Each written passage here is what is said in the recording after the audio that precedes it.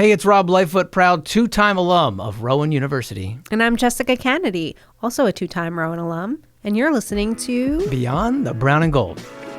Rowan Radio 89.7 WGLS FM presents Beyond the Brown and Gold, a show that highlights the lives and memories of Glassboro State and Rowan University alumni.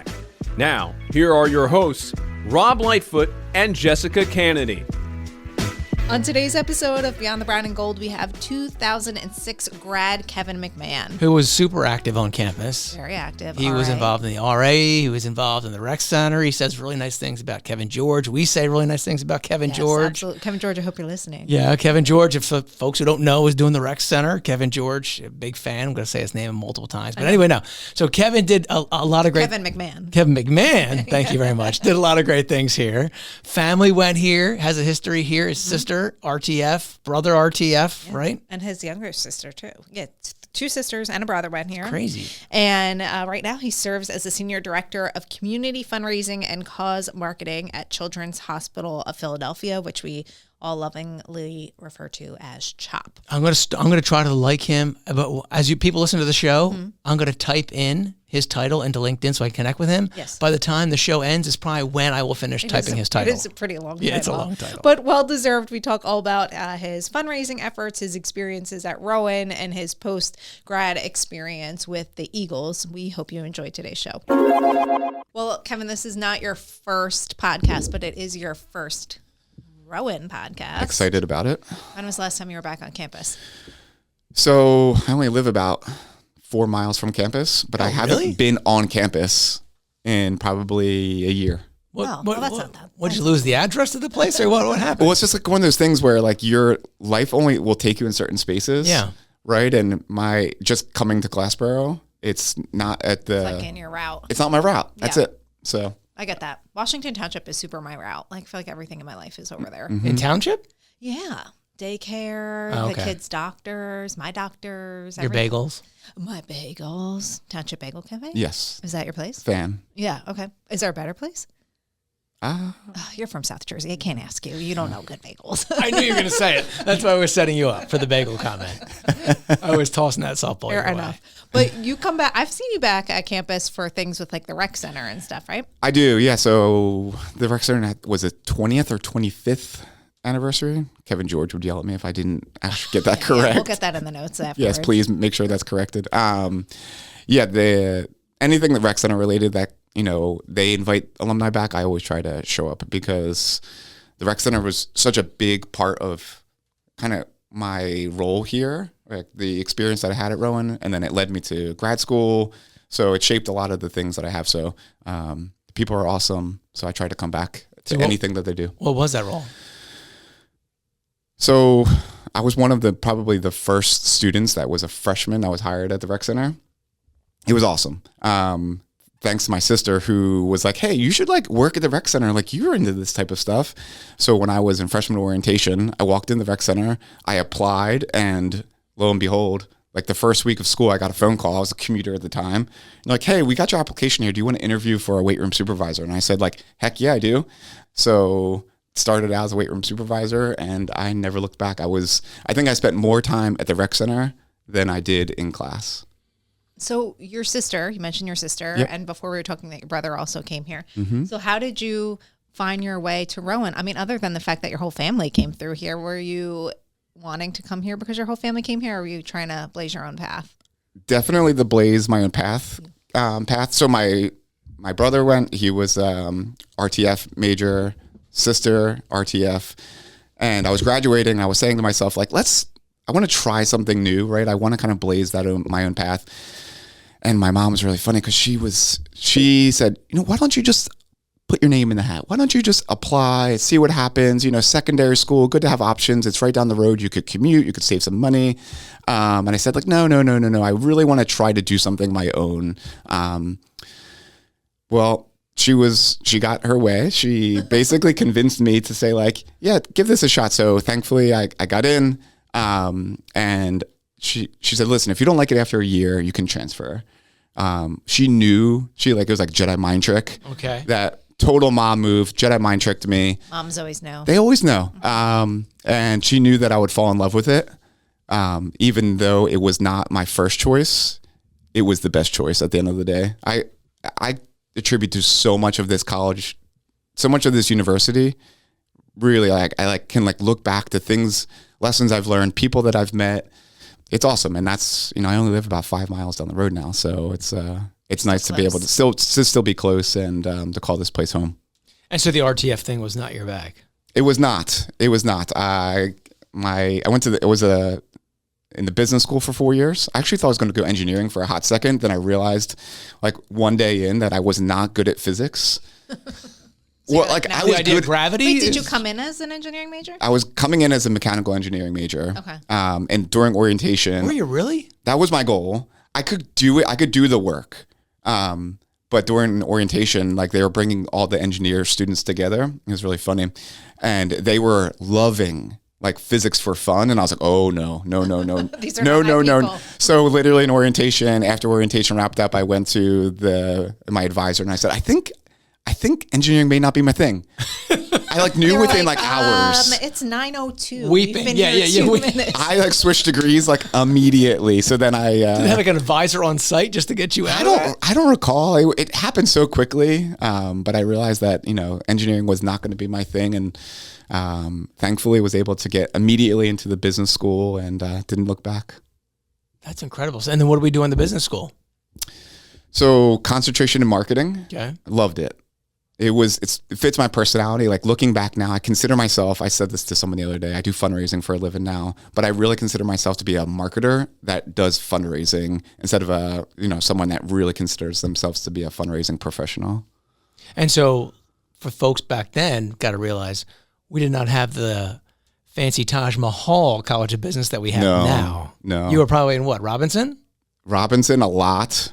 Oh, it was always cold there. Okay. It was always you always bring a sweatshirt to class. Robinson and then Bunce. Oh, Bunce, yeah. The I basement, had, the two basement. classes. Basement and Bunce. Yes, that's exactly. Yes. I took some business classes down there as Yep, well. constantly. Yep. I feel like I was in Bunce, because I was also an RA too. So I was either in Mimosa primarily or Mansion Park or the Rec Center. That's primarily where I spent the large majority of my time here at Rowan. See, I was a commuter student too, so I don't know about these mimosas and the other Mansion evergreens Park. and stuff in the mansion parks. Mansion Park, you weren't missing much. RIP. No. You weren't. Yeah, it's no missing much. longer, right? It's a sad day. Wait, were you an RA at Mansion Park most of your time? Only 1 year, my senior year. The Okay. other sophomore and junior year, I was an RA at Mimosa. Mansion Park apartments, we live next door to each other. Oh, okay. Right? Was it right next door? Right next door. Right. Oh, so that was easy enough. Sorry for about your bad luck there. Yeah. No, it wasn't bad luck. I met Kevin because I got locked out of I should have met you in theory earlier because you were my RA. But when you're an RA in apartments, it's a little different. It's quite different. Yeah, yes, it's quite different. So I met Kevin because I locked myself out of my dorm room. And I had to knock on the door because I was I could get into the apartment itself, but I could not get into my actual room. Well, now we can talk stuff about Mansion Park though, because it's no longer Yes, a thing. yeah, no, and yeah, it was apparently from everybody who says it was fun but terrible.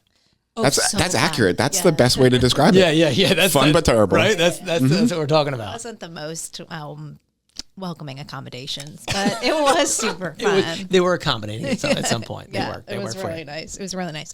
So in the marketing program, any professors that really stand out to you as folks that helped you kind of connect your love of marketing and put all those puzzle pieces together? Yeah, I'd say. There's a couple that really stand out in my mind. I was scrolling the website prior to this this conversation, and I was like, "Oh yeah, I remember."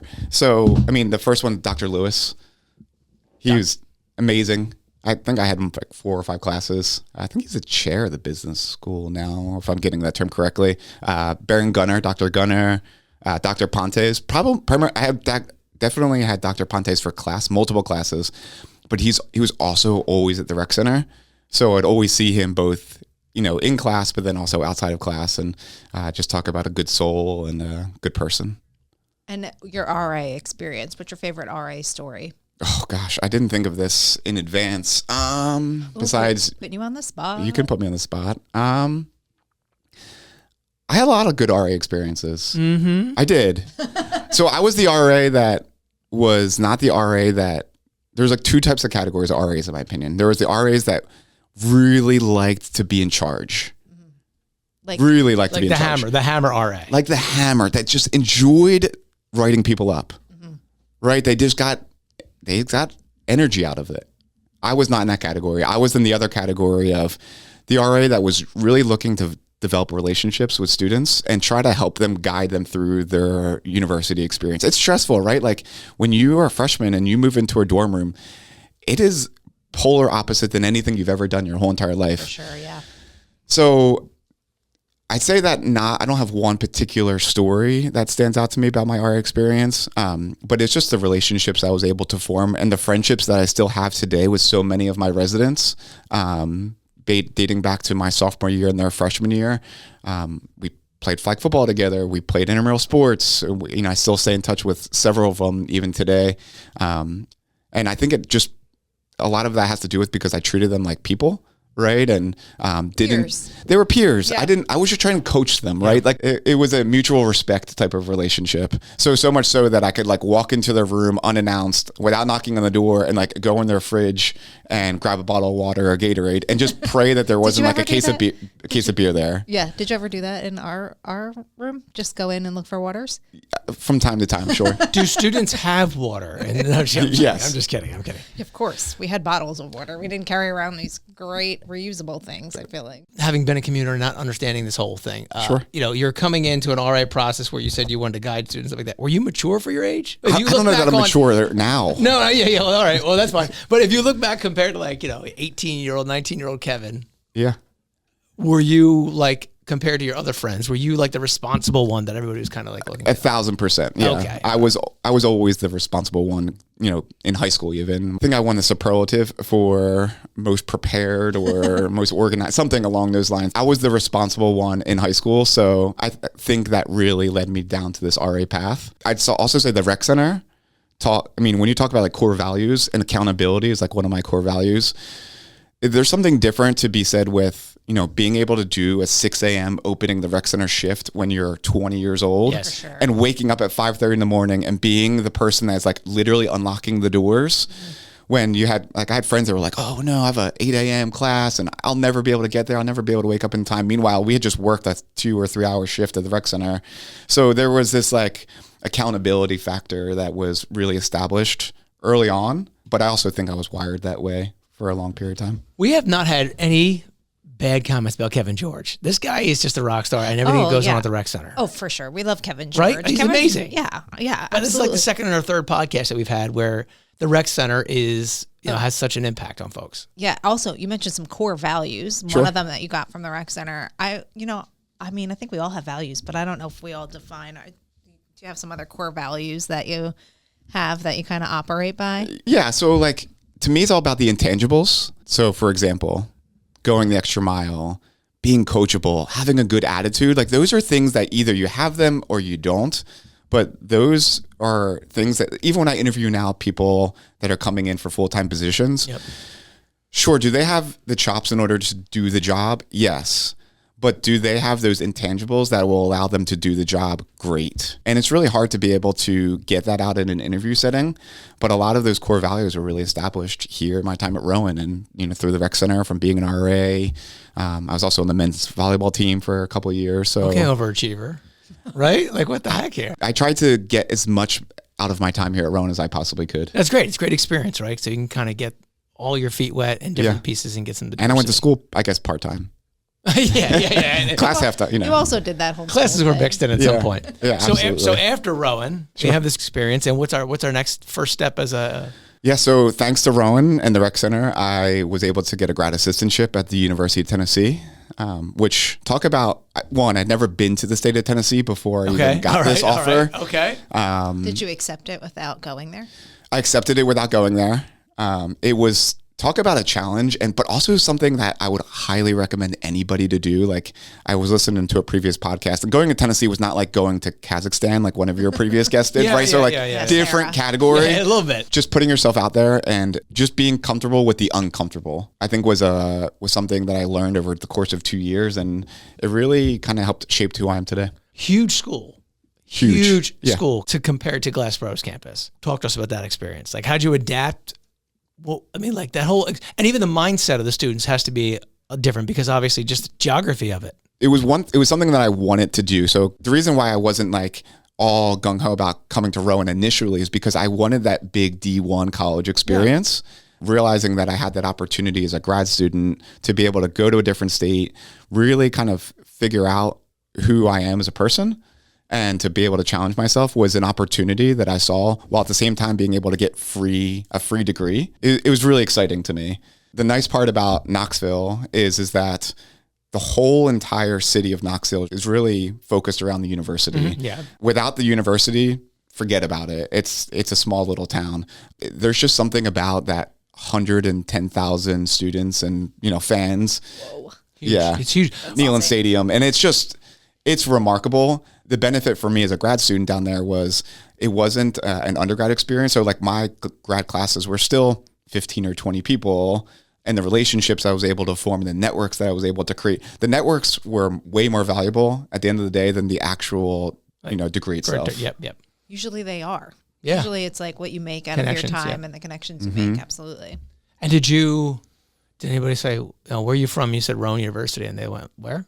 So ironically, there was some Rowan University grad students that had come down that prior to my experience. So I had to do a little bit of a little service recovery, because there were some Rowan folks that, they partied a little bit harder than what I was able to do. I see. So I had to put us back on the. I'm going to write that term down. Service recovery. Service recovery. So I had to put Rowan back on the good graces of those from Tennessee. And it was an awesome experience. It was only 2 years. I knew that I didn't want to stay down there. I got called a damn Yankee, I think, every single day. Wow. All the time. Yeah. And like I inherently talk fast. I don't think in this conversation. No, we're fine. But That's down the in Tennessee, Jersey in us, forget about it. It was like almost like listening at a podcast at like 0.5x. It's like Did people not understand you? I have like stories that I won't bore you with today, but yes, I'd say I had to really intentionally talk slow and communicate. Like I felt bad because like I felt like I was almost like talking down to people. Yeah. But the reality is that I just really needed to slow things down. Yeah. So they're not used to that East Coast vibe. Oh yeah. Well, I also say like without the East Coast, I feel like nothing would get done. Like nothing. Like we're a little bit of movers and shakers on this side. We're productive up here in the Northeast, and down south, they say it's slow and steady, and it is truly slow and steady. Benefits to that, right? Like we could use some, like I always say my favorite people are East Coast people that go to the West Coast, because it's like they have that like chaos of the East Coast and the chill of the West Coast. So it's like we need each other. We do. We need the balance. There's a good compliment. Yeah, we need the balance of each other. So you went for sports management. I did. So then what happened after you left Tennessee? So I graduated in 2008 from Tennessee, and lo and behold, I didn't realize the economy was going to crash. So that was fun. I graduated into that as well. That was a good time. I thought I was actually going to become a high school athletic director, and I had positioned myself kind of the years leading up to go back and become a teacher while also being an assistant athletic director at the high school that I went to. I had a good relationship with the superintendent, and I had kind of over the years leading up to this we'd had many conversations about like, here's my plan, here's what I want to do, here's how I see myself being able to give back to my high school. And it was a non-traditional path, right? Because I didn't have a teaching degree, but I had a master's in sports management. And I just felt like this is where my passion lied. And lo and behold, 2008 happened, and I called the superintendent about 6 months before I was about to graduate, and he said, listen, he goes, I hate to share this with you, but I unfortunately have to let go about 30 teachers from the district this year. There's no way that I can justify bringing you in without a teaching degree.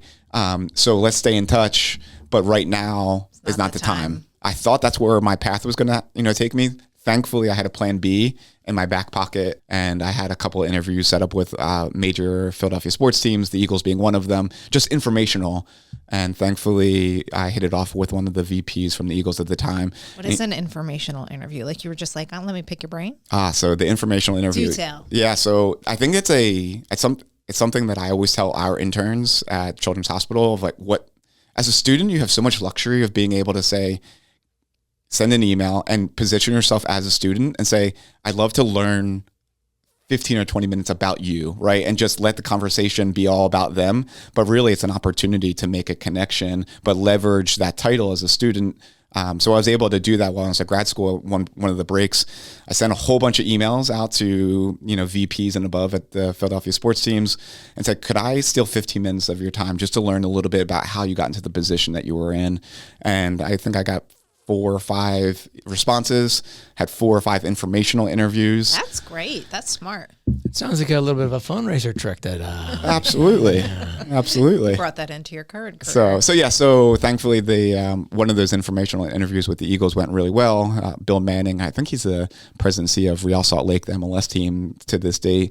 He said, listen, I can't offer you a job, but I can offer you an externship if you would be interested in taking it. He's like, it pays like $7 an hour. He was like, I'd be completely understanding if you don't want to take this. So when the assistant athletic director job kind of fell through, that was in my back pocket. And I said, you know what? I'm going to try something new.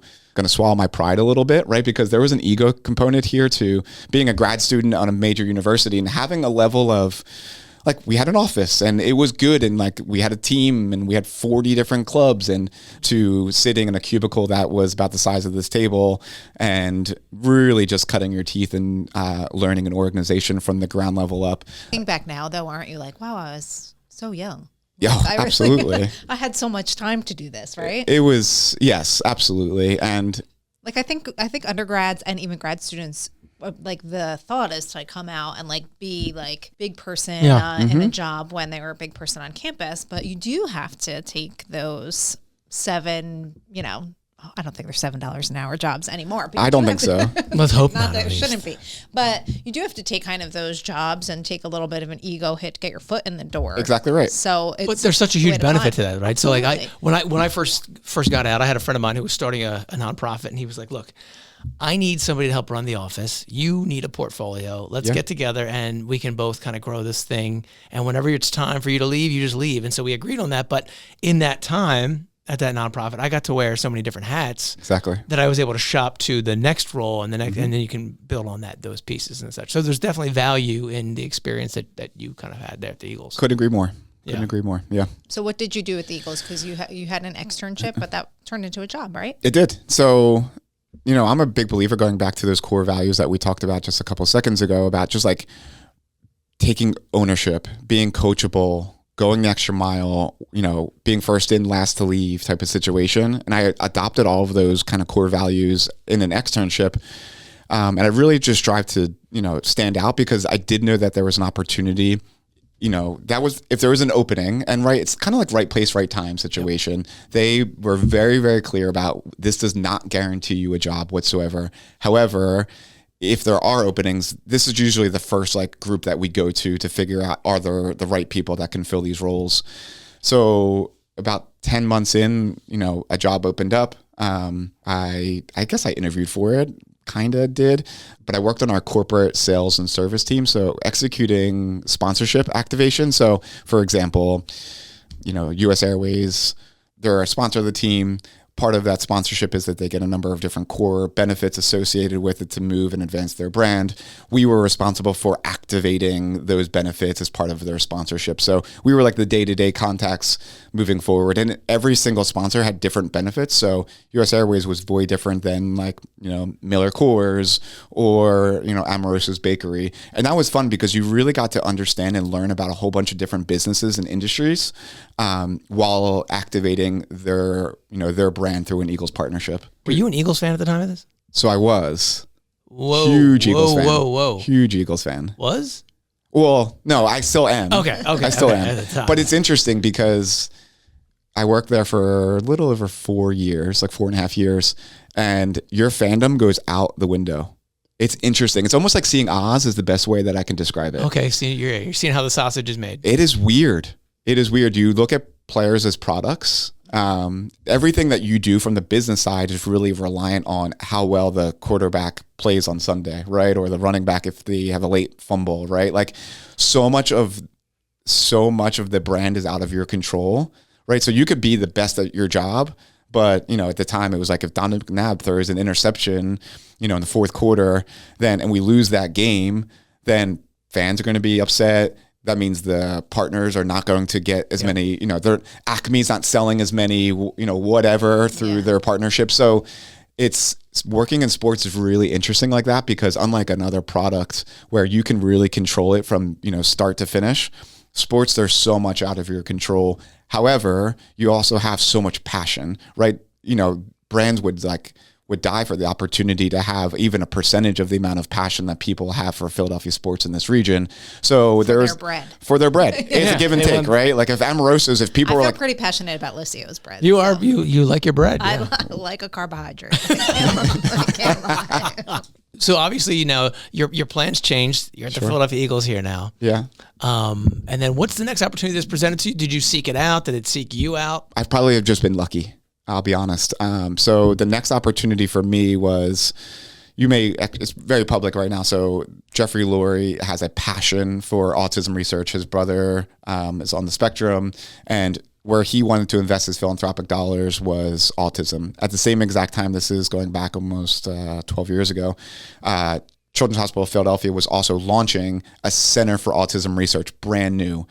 So Jeffrey Lurie walked down the hallway and said, hey, I want to do something with the Center for Autism Research at Children's Hospital of Philadelphia. Can you guys plan an event? I would really like us to do something. He's like, I don't know what it is. You guys figure it out. So on the corporation side of the Eagles, we don't control our own media rights like Sixers or Phillies did. So really our secret sauce was money can't buy B2B events. So we said, well, you guys run events, or that's what they told us. You guys run events. Can you run an event with Children's Hospital of Philadelphia? So I was tasked with, on the Eagle side, of being the one that was responsible for executing this brand new event from scratch. And I was partnering with my former boss at the time at CHOP. And over the couple of years, we worked together kind of hand in hand on developing this brand new event called Huddle Up for Autism. And she said, you know what? I think I have a job for you here at CHOP. You're like, oh. You should consider this. And I said, no. I kind of took it as just to be nice, the interview. And then all of a sudden I was halfway through the interview and I said, shoot, am I willing to leave sports right now? Right. Yeah. Am I willing to do this? And between this room, this is definitely, won't be public, but I took the interview hoping that I could leverage it as a salary increase in my current position. Yeah. And that did not go well. Hey, you tried. I tried. I thought it was going to be successful. I was trying to get $10,000 more. Nope. No. They said, oh, happy for you. Oh, so then you were like, okay, I gotta go. Yeah, I gotta go. Oh, wow. That's so funny. So I went from working in professional sports. Well, that might have influenced that whole was part. You know what I mean? I was. Yeah, well, and they cut me. And then I did say that so professional sports can be fairly cutthroat. It's very much, or at least when I was there, was a what have you done for me lately type of culture. So I had several friends that were unfortunately let go by the team. And I said, I don't want that to be my experience. Primarily because I still want to be a fan at the end of the day. Yep, right? So I wanted to leave that organization under my own terms. So thankfully I was able to do that. And then it took a couple of years, but then I was able to become once again a fan. I don't know that if I was fired from that job, if I would have been able to ever truly be a fan of the organization again. So sure. That was a really that was important to me because I didn't want to be in those exact shoes. So yeah, I went from professional sports to healthcare philanthropy. Wow. Okay, but now, listen, you're the Senior Director of Community Fundraising and Cause Marketing at CHOP. It's a big business card. Yeah, you didn't. Yeah, it's pretty long. Good thing you don't have a long name. But you didn't just go there and then stay there for a few years. You've been there a while. You've moved up the ladder. What does that look like for you? Yeah, so I took this job. I didn't know anything about healthcare. I didn't know anything about fundraising. I couldn't even say the word philanthropy. I tripped over it for 6 months, I swear to you. Wait, what were you saying? I don't know. No, but some people struggle with it, Philanthropic. It just didn't roll off the tongue naturally, right? It had to be very intentional. It's not a word we say a lot, no. right? Yeah. So it was a situation where the portfolio that I was able to carve out for myself when I first started was all sports-based, active-based events. So runs, walks, and rides primarily. So there was a really natural through line between the work I was doing in marketing and sponsorship with the Eagles to we were then selling sports sponsorship for these events, and we were encouraging people to fundraise. And I was a little bit of a baptism by fire. I was just figuring it out. I was researching any organization that was hosting large scale mass market events. What's working really well for them. And then I was just I call it R&D, which is not research and development. It's rip off and duplicate in my mind. Yeah. So I was just like getting as much rip off and duplicate as I possibly could to figure it out, because I was just figuring it out in real time. And I've been there for 12 years now, and I didn't think I said to myself, I'll give it 3. I'll give it 3 years. No one likes a resume where like you jump around that much. So I was like, let me just give it 3 years. And I haven't looked back. I've been really fortunate to have the opportunity to grow here at CHOP. In fact, a lot of the positions that I've been in were brand new positions that previously weren't created, just due to the nature of the fundraising that we were able to accomplish. We were able to really customize and tailor the positions. And I've been really fortunate to be there for as long as I have. And what does your day-to-day look like? No 2 days are the same, which is fun. So right now I just moved into a new role, but previously it was like 4 verticals of 4 different experiences. So those were like special events. So if you think of like galas and wearing uncomfortable shoes, right? Yep. So was doing please. Was doing a little bit of You're not that. wearing uncomfortable shoes. That's Us true. that are wearing the That uncomfortable is shoes. fair. Okay. Fair. Just standing up for my ladies. That's a good point. To working on those mass market fundraising events. So we do an event called the Parkway Run and Walk, which benefits our cancer center. There's about 10,000 runners and walkers. When I first started there, it was raising about 625,000, give or take. And over the course of many years with a great team, right? So like I was only one member of the team, but now it's a close to $2 million annual fundraising event, which is talk about a feel good. And that's truly what keeps me there at CHOP is the mission of these, these kids are awesome, right? And so many of them for an event like the Parkway Run, they have a cancer diagnosis, but they're not letting this diagnosis define who they are. They're still kids, right? So like walking around the inpatient oncology floor, it's not sad. Yeah. It's actually like really like uplifting. So many people think it's like, oh, you must be so sad. I'm like, no, it's actually kids don't know how to be anything but kids. Yep. So How about the parents though? Because I feel like every parent's worst nightmare is that their kid's in CHOP. Yeah. So right? It depends. I think there's probably an early shock for a lot of parents, right? That initial word that your child is diagnosed with something, right? Whether that be cancer or, HLHS, anything, right? So like you get an autism diagnosis, there's that initial like shock factor. Sure. But then I think people just adjust and they say, okay, like here's the situation, here's the hand that we're dealt. Where do we go from here? In fact, Get stronger probably. They do. I remember vividly back to an early conversation that I had with a mom. I think I was like 3 weeks onto the job, and registration for the Parkway Run had just opened, and I was just calling past teams that had participated, and I called a mom, and once again, I know nothing at this point in time about philanthropy. I'm figuring it out in real time. And she answers the phone and she said, oh, you know what? Can I call you right back? We're just getting out of a spinal tap. And my inclination was like, no, you don't have to call me back. Like prioritize your child. So she calls me back and she says, fundraising is something that we can control. She said, I'm not a doctor, I'm not a nurse, but we're so grateful for the care that we receive day in and day out. This is the only thing that we can do to give back, because truthfully, we don't want any more balloons. We don't want any more food. We're supported in that capacity. Right. We want our community to be able to give back in a way that is going to be able to fund research and care at CHOP. So I remember that conversation like it was yesterday, even though it was over 12 years ago at this point in time. Core memory, yeah. It's such a core memory. And it gives you such a nice, because I think sometimes fundraising can get like a negative connotation to it. Totally. But it gives you such a nice frame to know that even people you're going to, like I always think about this in our world, like a lot of our big donors, they're not being asked for big money. They want to give the money. Yeah. It's their idea. It's their desire. So it's a nice way to kind of frame philanthropy from that parent. It would kind of put it in a good little box for you to use in all your years moving forward. You're giving them an opportunity, right? It's, and I couldn't agree with you more. That's sometimes what people want, and you're just allowing them to fulfill that want that they have. And I think the other piece of that to complement that is that people think they have to be big donors to make impact, right? But they don't, Right. But there's so many. I'm not a big donor. Yeah, no, no, but every you can 2 still, weeks, my paycheck, a portion of it goes to Rowan Radio. You can still make impact at smaller levels. It's just a smaller scale, right? That's exactly right. But it all goes into a greater good. So I'd mentioned that $2 million from the event Parkway Run. So something interesting is 70% of every single gift is $50 and under. So it's all about scale, right? And it's all about community coming together. And that's like a big thing is what I'm trying to do is create community. Yeah. And if you create community, then fundraising will follow.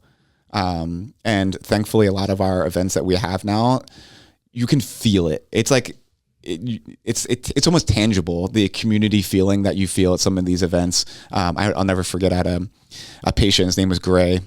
And he came up to me at one of the events. He said, "Mr. Kevin," which I loved, by the way. He was 8, but so wise beyond his years for an 8-year-old. He said, "Mr. Kevin," he said, this event kind of reminds me of a big family reunion. And I said, "Gray, that is the best way that I think anyone could describe it," right? These are, so you have these one patient, but the whole entire community is rallying around this one patient. And you're talking aunts, uncles, cousins, teachers, sports coaches, their friends, their family members. Everyone is there to rally around one particular patient, one story. And it's truly like mini family reunions. Well, tell us a little bit about what you envision this new role is going to, because this is like a brand new role for you, right? I just saw it go live on LinkedIn. So yeah. How long have we been in this new role? About a week. Director? Okay. Well, I was previously a senior director. That's pretty fresh. Yeah. I've shifted. It's a change in role. So I previously was senior director of what we call peer-to-peer, which is very like industry speak, peer-to-peer fundraising and community fundraising. Now I've released the peer-to-peer events, those runs, walks, and rides that I previously mentioned.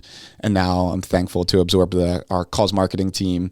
So cause marketing, if everyone's done it, it could be a roundup at a register.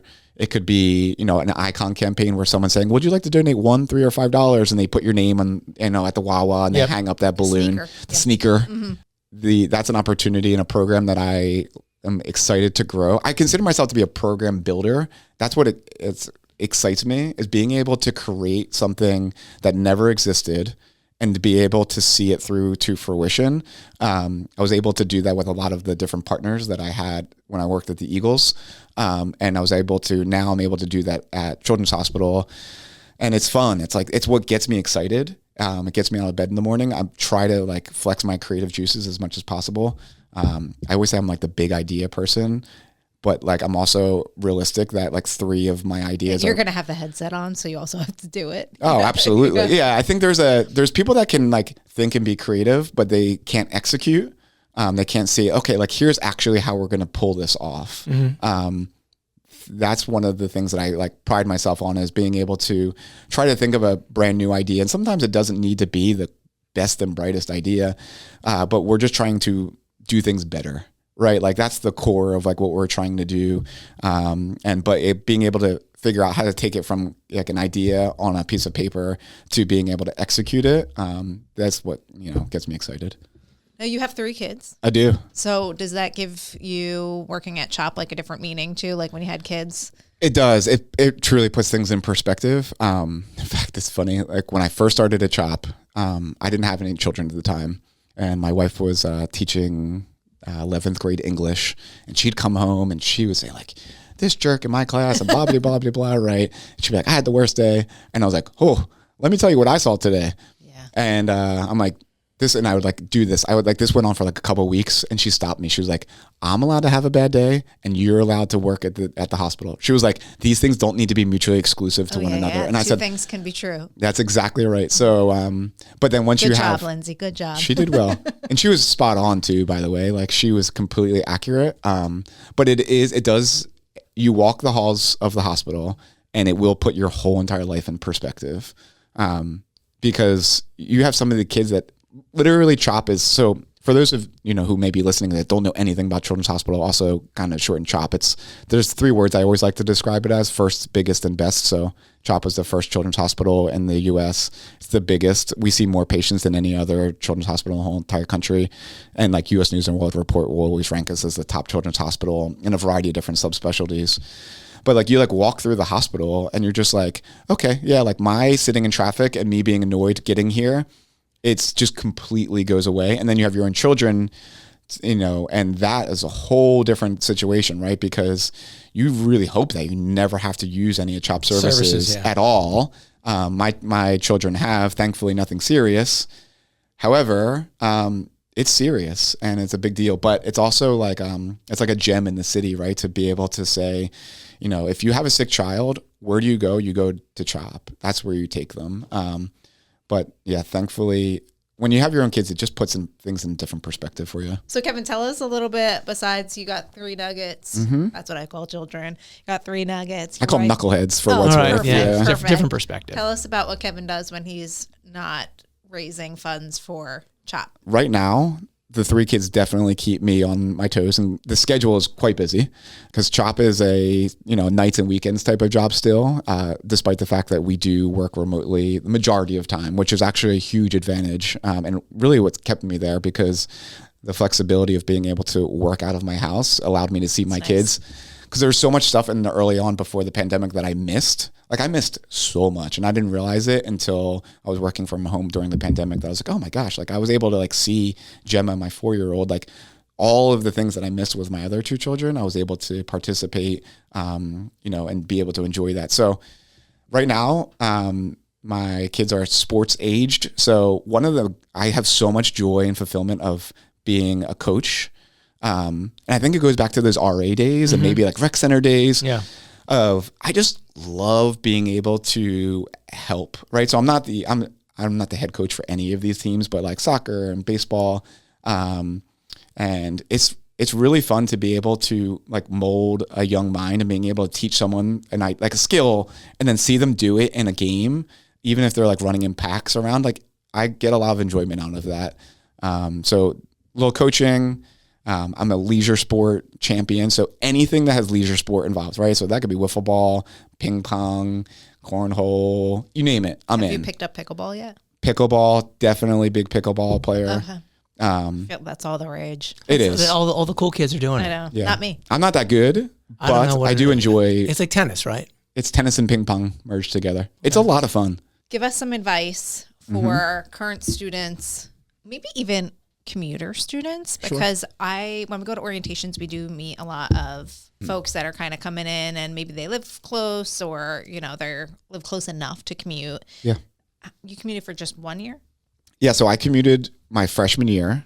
Despite being a commuter, so many people on campus are like, oh, you live in Evergreen, right? Or you live in Mimosa, because I had friends and almost every single weekend, I was just crashing on a different person's floor, not even like their bed, right? Like I was like sleeping on the hard floor. But it was a situation. So like my advice to anyone that's commuting is you're commuting, but that doesn't mean that you can't get involved in the campus, because there's so much to do. Even more of a reason, right? Even more of a reason, right? Like just because you sleep in your home bed doesn't mean that like you only need to come here just for class and then be able to go home, right? Yep. So getting involved, there's so much to do. And I mean, we talk about relationships. I'm a huge proponent of just like forming like, not only just like relationships, because that seems too formal, like friendships. There's so many people that are in a very similar situation as you and are looking to be able to put themselves out there, meet new people. And the university really allows you that opportunity through different clubs and work, experiences, whether you're an RA, work at the rec center, whatever you do, there are countless opportunities as a way to be able to get involved. So as a commuter, that's always like one of the things I would tell other commuters is like, these do not need to be mutually exclusive. Just because your commute does not mean that you need to go home immediately. In fact, you should double down on being able to do something and get yourself more ingrained in the culture of the campus, because you'll love it. And you definitely, your back may be a little bit stiff if you're sleeping on a friend's floor. However, like you will enjoy your experience so much more. So just my takeaway is, we always kind of recap and we have some missed opportunities with the show sometimes. There was 2 missed opportunities. Okay. So I don't know if Kevin can sing it all, but he was with the Philadelphia. We normally ask our guests to sing. Not normally, but you got to figure the kid was with the University of Tennessee, and their theme fight song is Rocky Top. We should have asked him to sing Rocky Top. Okay. And then he worked for the Philadelphia Eagles. We should have had him sing the Eagles fight song. I mean, we should just go out to lunch with him and We- make him sing. We these should songs. have him sing those things. I know. I'm sorry that feels like a missed opportunity. Yeah. Well, maybe we can ask if he can send us a video of him That would be so singing cool.